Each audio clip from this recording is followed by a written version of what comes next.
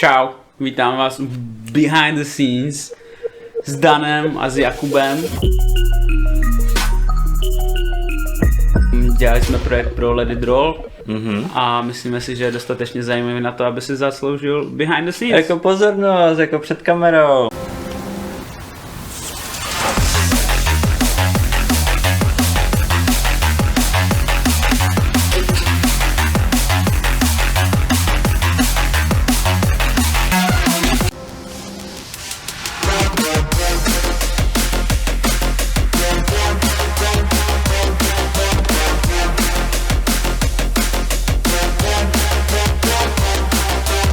Jak to celé vzniklo?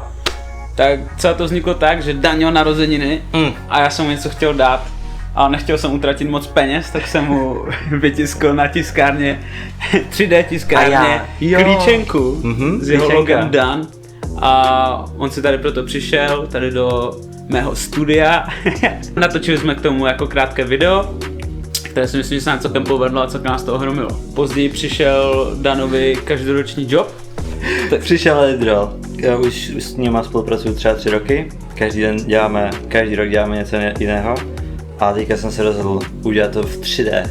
Takže jsme se rozhodli, že budeme tisknout celý line-up, jméno po jméně vlastně a uděláme z toho video v reálném světě. Vlastně taková 3D animace v reálném světě. Vlastně jsme chtěli, aby všechny ty imperfekce reálného světa se promítly do toho celého vizuálu. A nechtěli jsme, aby to bylo až moc čisté, prostě z nějakého perfektního neexistujícího světa.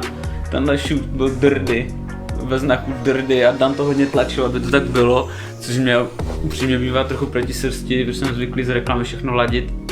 Bylo to strašně drdy styl, protože to muselo být špinavé kvůli jejich jako britské povaze, takový Bristol, takový jako koncerty s drum and bassem. Tak jsem si říkal, že to nemůže být jako načištěná reklama. Jako prvního jsme udělali test Alexe Pereze, umělce z labelu 1985 Music.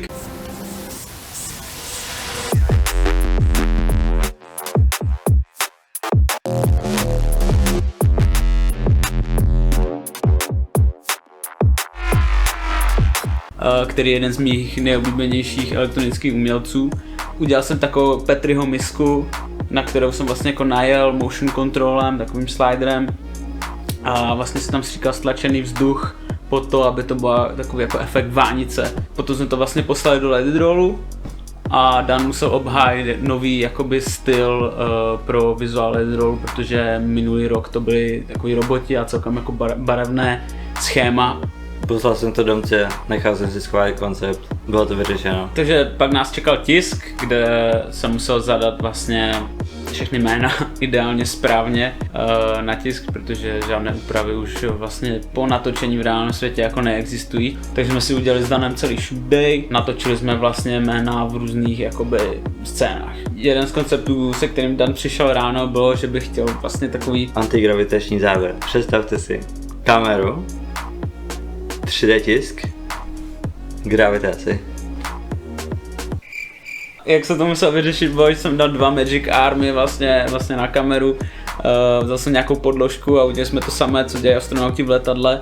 Pak jsem tu kameru vzal a takhle jsem s tím jako hýbal nahoru a dolů, což bylo strašně funny, různě jsem jako hýbal zleva doprava, abychom tam měnili to světlo.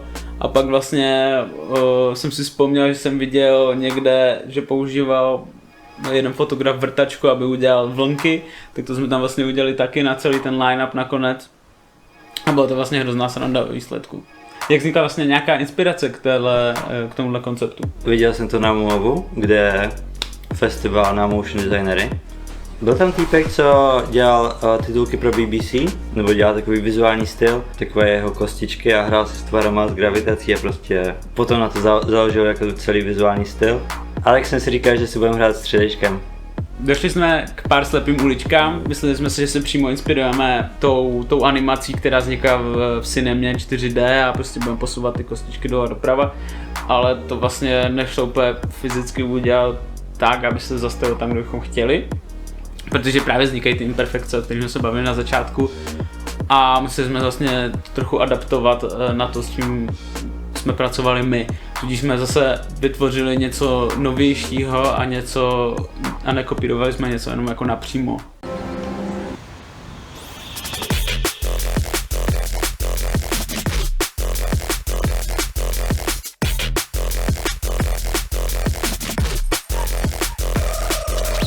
Pak jsem si všiml takového jako pozadí, takového kamenného a říkám si, to by mohlo být jako pozadí a vypadalo jako jak na Měsíci. A potom tam byl jako takový velký záběr ze světla, který udělal stín a vypadalo to jako teatrálně.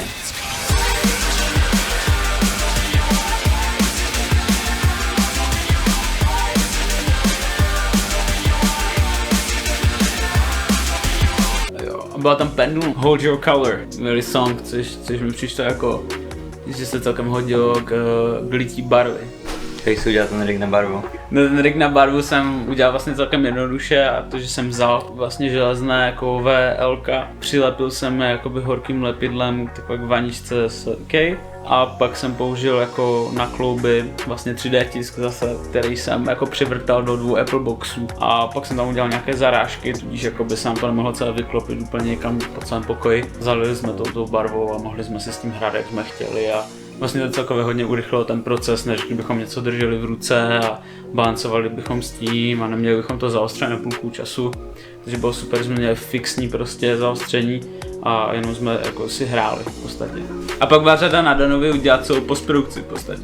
Jako by mi poslal záběry, prostě jsem měl velkou flešku plnou disku, plnou jako záběru a říkal jsem si, co z toho poskládám.